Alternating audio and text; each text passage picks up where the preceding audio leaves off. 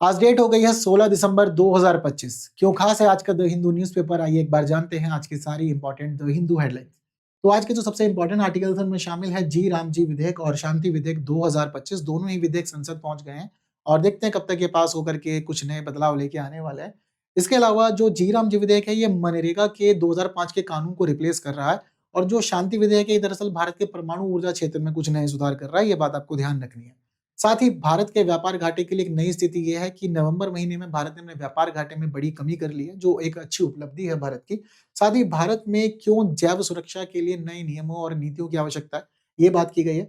केंद्रीय सूचना आयुक्त के साथ-साथ अन्य सदस्यों की नियुक्ति कर दी गई है। काफ़ी लंबे समय से डिस्प्यूट चल रहा था इस पूरे मुद्दे को लेके, लेकिन अब सरकार ने सुलझा लिया है सब चीज़ें। साथ ही अभी जारी किया गया है आवधिक श्रम बल सर्वेक्षण, जो बता रहा है कि भारत में किस प्रकार की स्थिति फिलहाल चल रही है श्रम बल की। और यहाँ ये भी पता चल रहा है कि भारत में बेरोज़गारी की अभी कमी स्थिति देखने को मिल रही है। साथ ही हमें ये भी पता चल रहा है कि भारत और मेक्सिको के बीच में अभी व्यापार समझौते की बातचीत चल रही है, क्योंकि मेक्सिको ने भारत पर 3 दिसंबर को 50% टैरिफ लगाने की घोषणा कर दी है।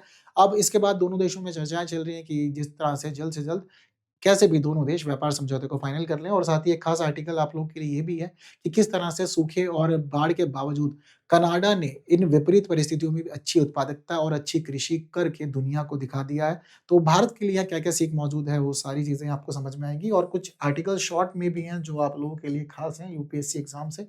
तो अब इस दौरान ये ध्यान रखना है कि ये सारे आज के इम्पोर्टेंट आर्टिकल्स हैं और इन सभी के लिए डिटेल एनालिसिस देखना है तो आप लोग नीचे दिए गए लिंक पे क्लिक करके सेशन पे पहुँच सकते हैं। सारे आर्टिकल्स को डिटेल में डिस्कस किया गया है।